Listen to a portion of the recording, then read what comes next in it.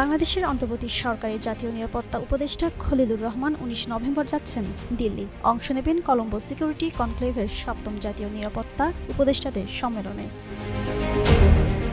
২০ November দিল্লিতে অনুষ্ঠিত এই সম্মেলনে ভারত মহাসাগরীয় অঞ্চলের ৫টি দেশের জাতীয় নিরাপত্তা উপদেষ্টারা অংশ নেবেন। ভারতের জাতীয় নিরাপত্তা উপদেষ্টা অজিত দোভালের আমন্ত্রণে এই সফরে যাচ্ছেন খলিলুর রহমান।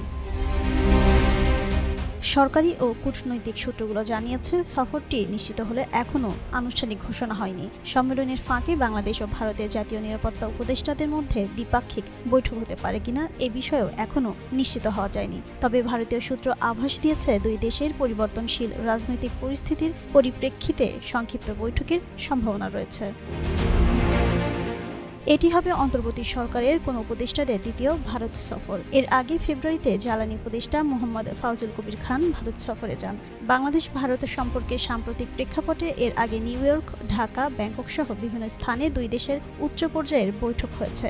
সীমান্ত রক্ষা, যৌথ নদী কমিশন, কনসুলার সংলাপ ও বাণিজ্য সচিব পর্যায়ে বৈঠকের উদ্যোগও নেওয়া হয়েছিল, যার কয়েকটি ভারত সাড়া দেয়নি।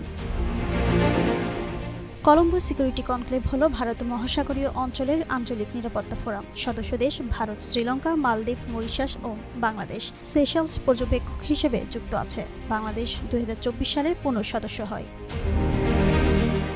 ফোরামের মূল লক্ষ্য সামুদ্রিক নিরাপত্তা, সন্ত্রাস ও চরমপন্থা দমন, মানব পাচার ও আন্তর্জাতিক অপরাধ মোকাবিলা, সাইবার নিরাপত্তা এবং দুর্যোগে সহায়তার সমন্বয়। সদস্য দেশগুলোর মধ্যে গোয়েন্দা তথ্য বিনিময়, যৌথ নীতির সমন্বয় এবং সামরিক প্রযুক্তিগত সক্ষমতা উন্নয়ন এই কনক্লেভই করে থাকছে। জিন্নাত আরা ঋতু, যুগান্তর নিউজ।